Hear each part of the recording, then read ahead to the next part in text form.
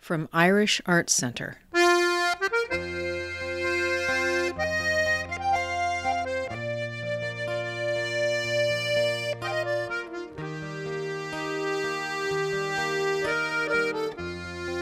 I'm author Eimear McBride in London.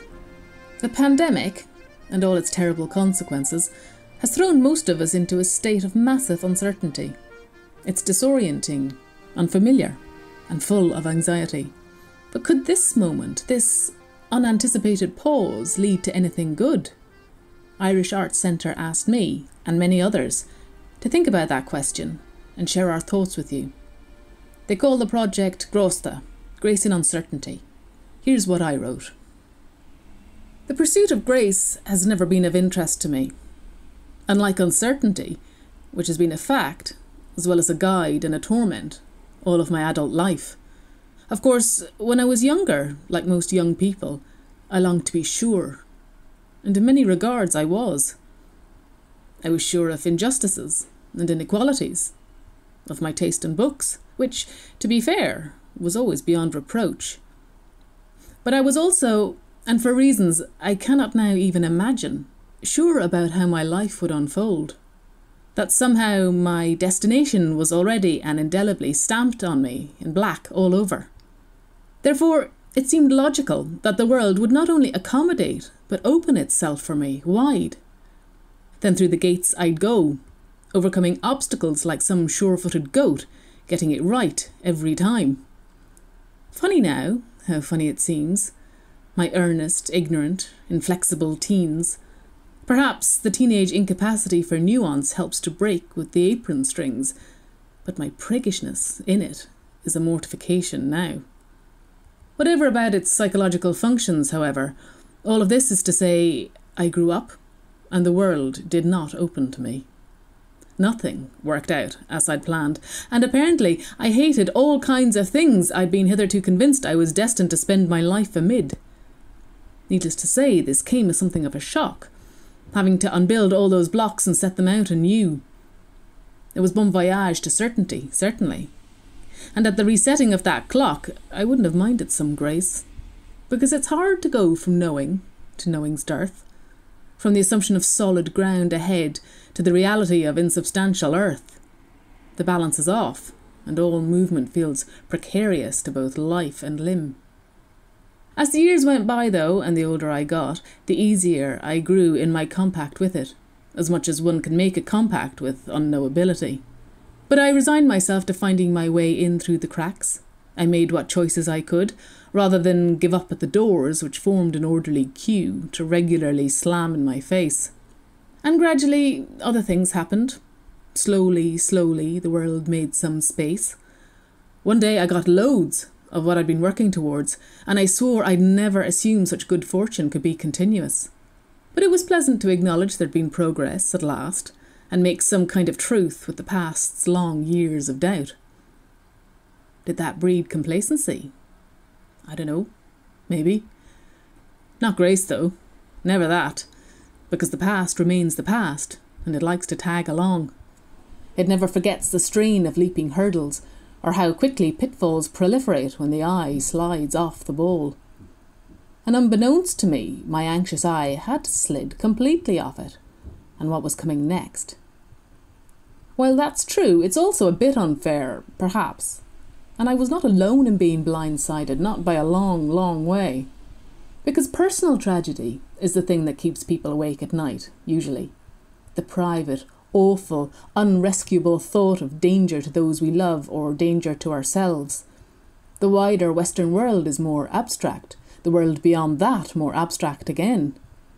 They sit outside the personal sphere, and frightening as their reality's intrusions can be, they are mostly abstract too. War, the environment, the existential threat of culture war adversaries, even the economic climate, all can terrorise or usher in unwelcome shifts. But in the end, family and friends remain the centre for most, and it's a rare day something jumps that queue. For most people I know, myself included, this is a matter of fact. This is the way of living, day to day. Certain enough, even in its uncertainty. there are terrible tragedies, then there are tragedies personal to me. I know which have and will always cause me most pain. Admitting that is not noble, I concede, but then nobility isn't my job. Humanity is, with all its natural unwillingness to conform to the ideals it should. So while I was thinking of all the possibilities for being destroyed by imagined personal tragedies, probably in a primitive attempt to ward them off by envisaging every guise they might adopt, the world decided to open an entirely different box, just to add to the mix. Plague. Loads of it. Insensible to national borders, political bombast, and whether you did or did not eat your 5 a day. Yes, plague. Like 1351 or 1665 or 1918, or like the 1980s, if you were a gay man. So like absolutely nothing I'd experienced before. And tumbling along then, with it, brought vulnerability. Vulnerability is my least favourite word, after microaggression, or necessary, when used as praise in literary journals. Because it sounds just like what it is, an invitation to punch. But whether I like the word or not, there is now a vulnerability which is inescapable. It ensured everyone got punched, and that a lot of people hit the mat, and that a lot of people couldn't get back up. And it meant everyone wondered, communally, maybe for the first time in living memory, what the hell was going on? From what special hell had this new shittiness sprung? And where was it planning on going? And what fresh horror might now come along next? This was not the place for grace. This was a place deserving only of complaints of unfairness, along the lines of, more? Really? Haven't we had enough with Trump and Brexit and the outrage all day long? But unfairness, like nobility, falls outside of my remit. My remit is only what is, or was, or might be, or might have been.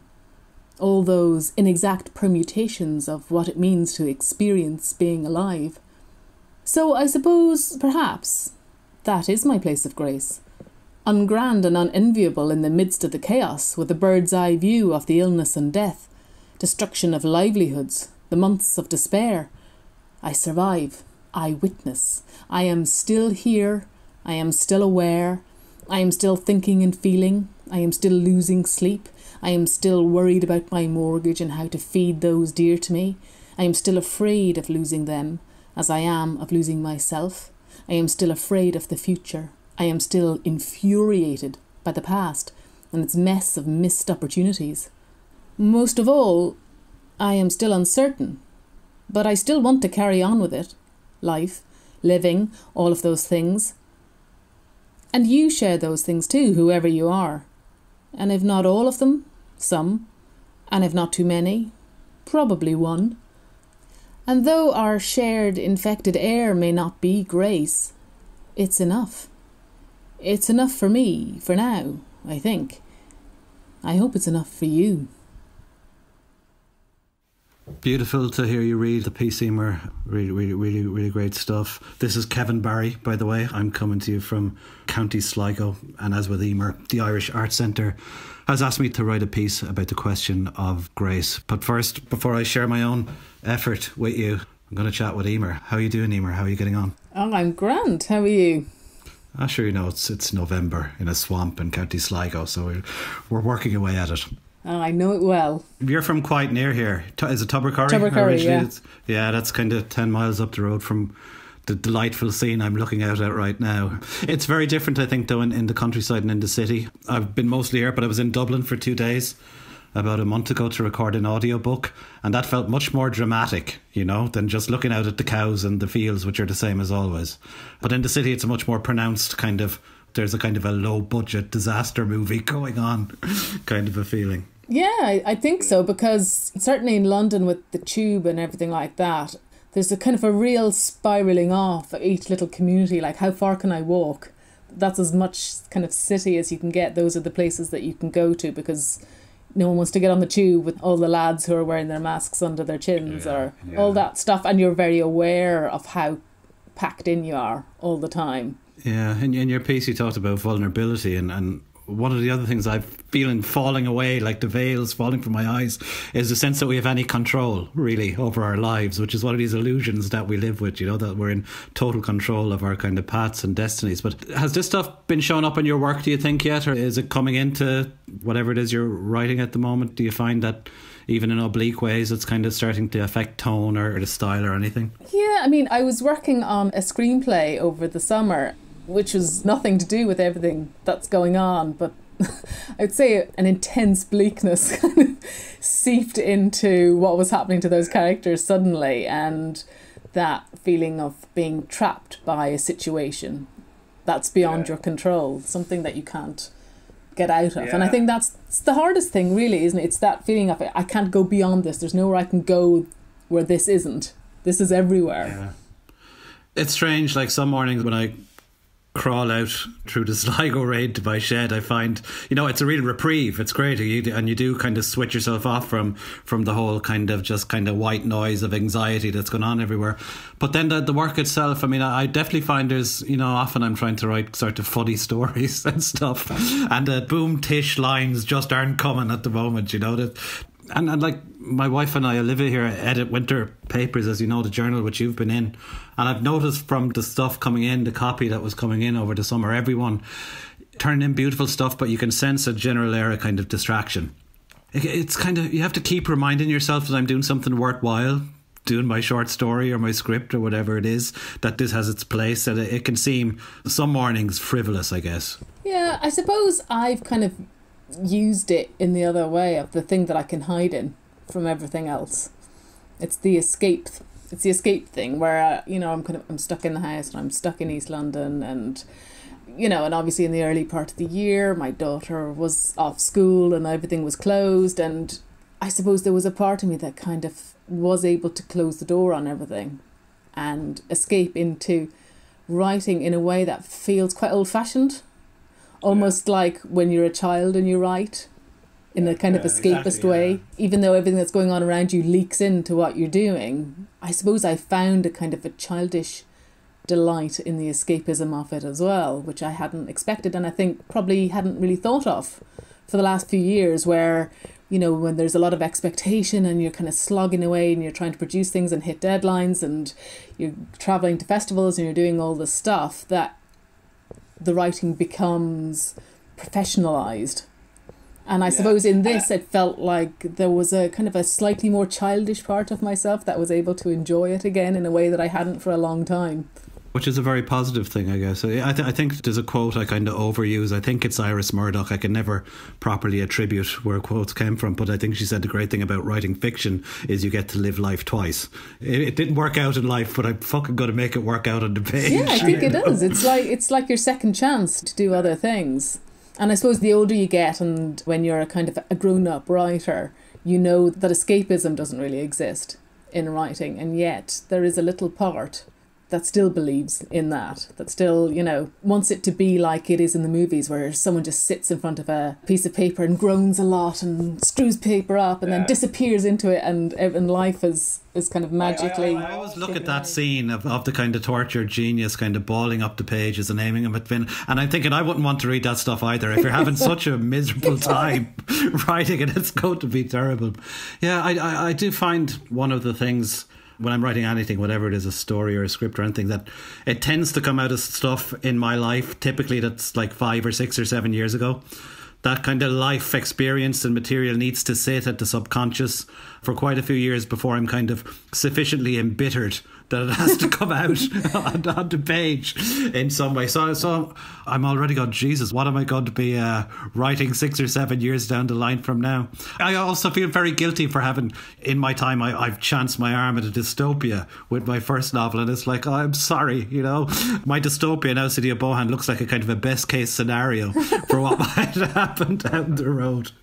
Yeah, I think I'm very conscious of not trying to write in any way directly about the crisis. Yeah, I think that's right. And because it becomes too literal and it becomes too invested in particular kinds of accuracy and of telling tales in a particular way, of feeling you're doing justice to people. And, you know, whereas when you're writing properly, you're very unjust to everyone, and you're just, it's completely sort of selfishly taken over by the characters and they will do what they have to do. And I think when you're writing about something very current, you have a kind of moral obligation to accuracy, which is not useful for fiction. Yeah, I think sometimes fiction writers, when there are massive kind of crises going on, thinks, I better get involved and show my worth. But it's the function of journalism to do all that stuff, and it's not for us, thank God, to have to go down that line. For us is kind of what it becomes, how it filters down into the world, into people's dreams, into what happens in 10 years' time.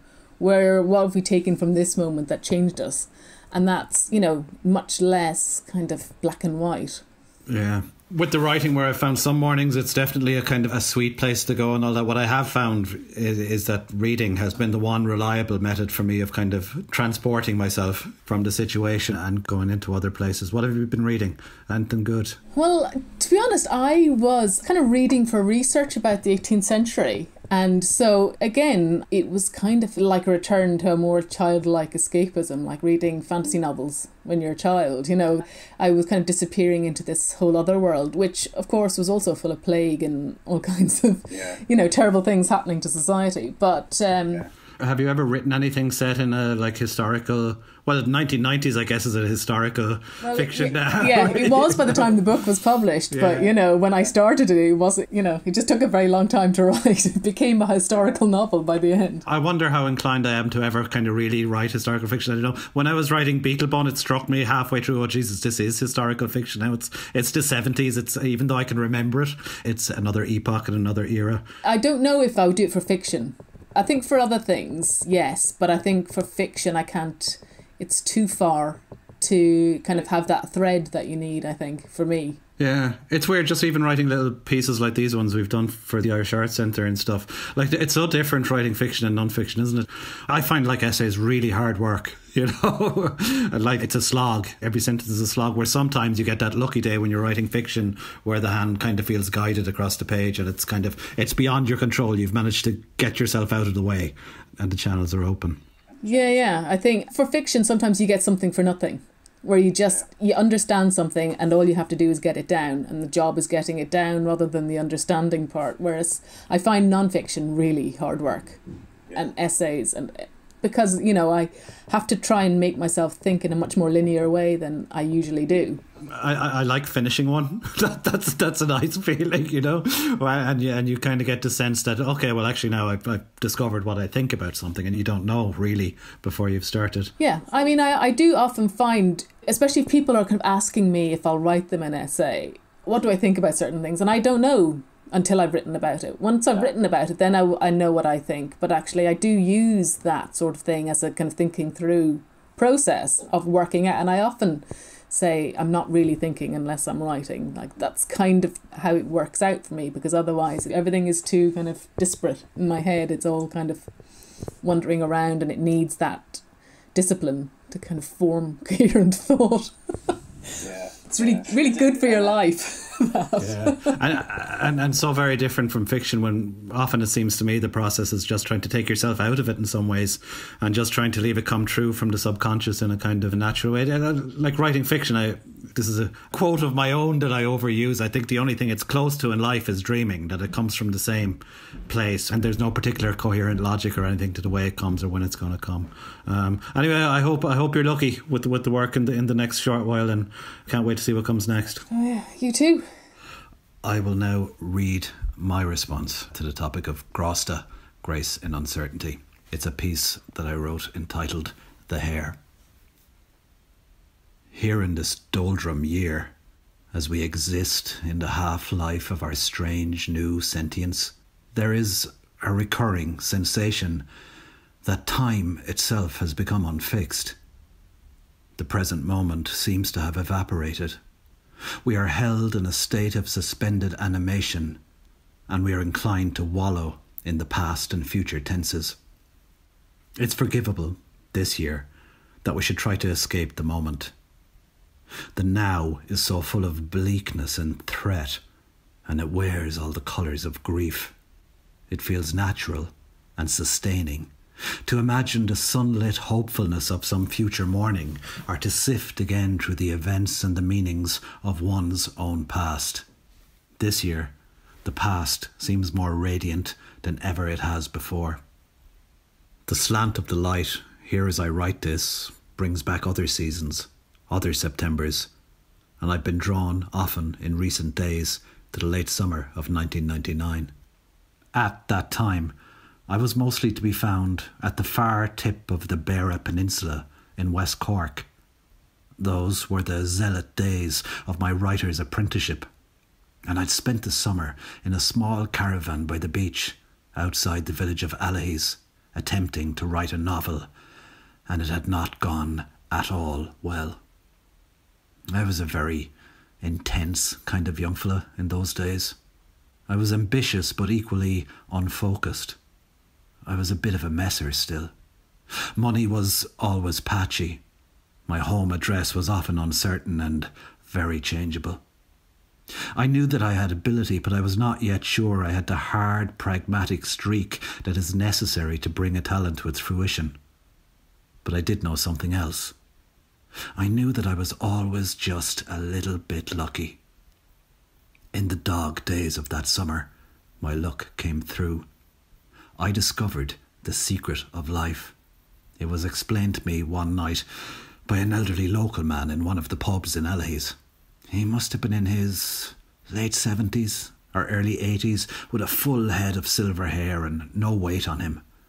And as he sat on the high stool, nursing his perpetual pint of stout, he had a very proud and elegant bearing, and this, he confided, was in fact the trick to the whole knotty, gnarly, perplexing business of life.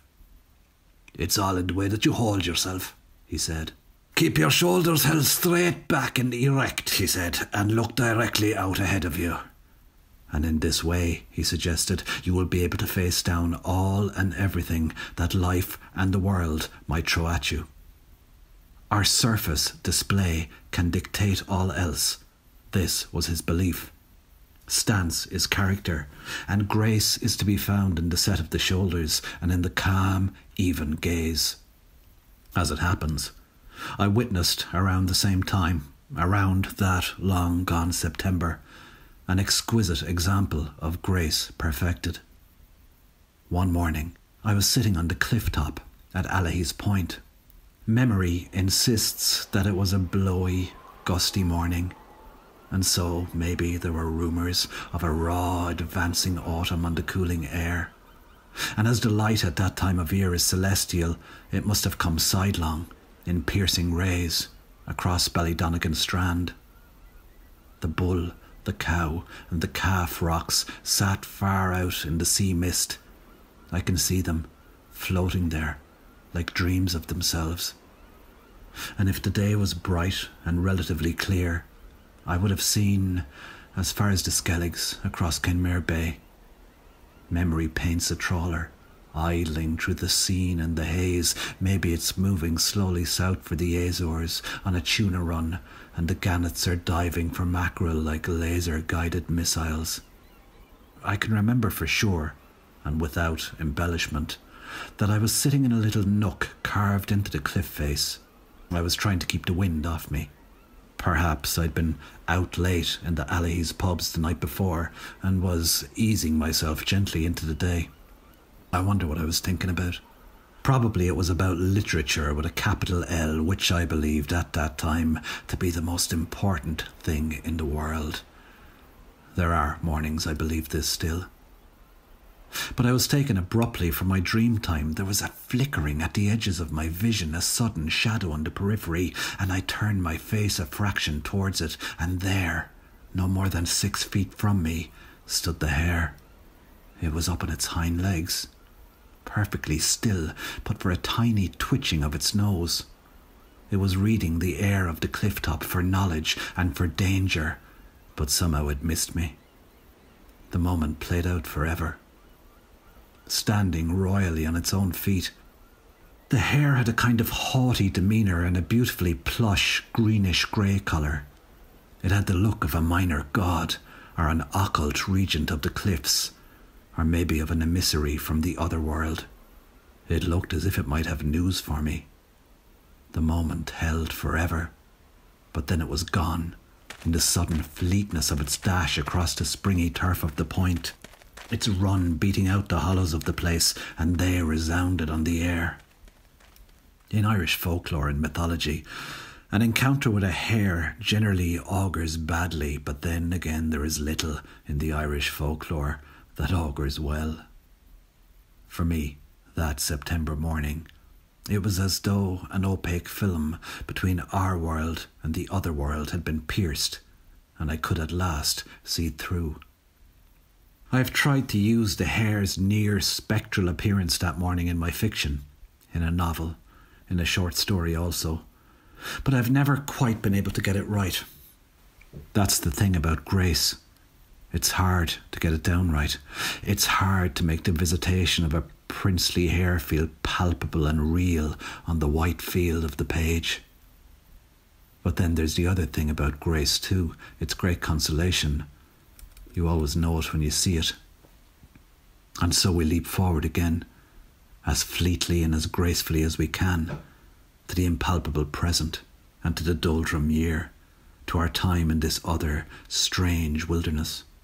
And I'd think of that old fella in the West Cork pub, so long ago now, and the perfect serenity of his view, and the way he moved on such a steady, even keel through life.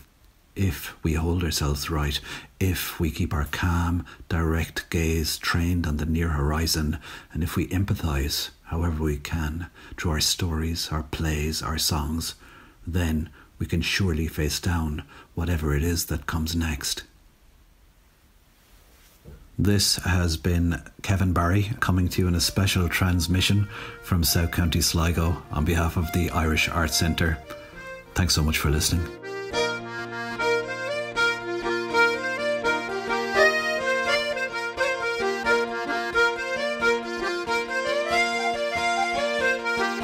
Grásta, Grace and Uncertainty is a production of Irish Arts Centre. Special thanks for our theme music, Ina Valley / Rockin' the Boat, by Martin O'Connor, Cottle Hayden, and Patrick Doucet. Irish Arts Centre digital programming is provided free of charge and supported by listeners like you. For more commissions in this series, or to make a year-end tax-deductible contribution, please visit irishartscentre.org, where you can also sign up for Irish Arts Centre's virtual gala, featuring performances by Elvis Costello, Sting, and many others. That's irishartscentre.org. And thank you.